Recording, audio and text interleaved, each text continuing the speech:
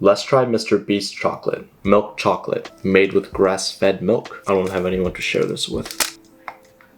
It honestly just tastes like any other milk chocolate bar. I think these are the PewDiePie lines. I don't know. It's good, but yeah, it's just milk chocolate. Original chocolate. So I guess this is without the grass-fed milk.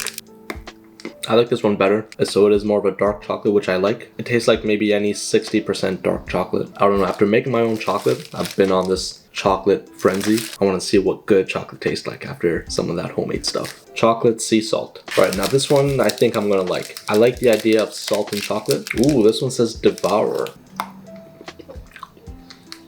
That's nice. It's not super salty. It's a little bit of salt just to kind of get your taste buds going. It kind of gets your mouth salivating. Almond chocolate.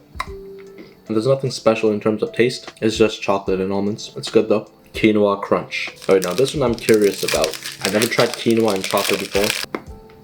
It has a good crunch with every bite. I don't really taste the quinoa, but yeah, this is like original chocolate with a crunch. Final verdict, my favorite has to be chocolate sea salt. After that, it would be quinoa crunch. Then it would be the original chocolate because it's more closer to a dark chocolate, which I also like. After that, it would be milk chocolate and chocolate almond. Nothing too special about those ones either. But yeah, that's pretty much it.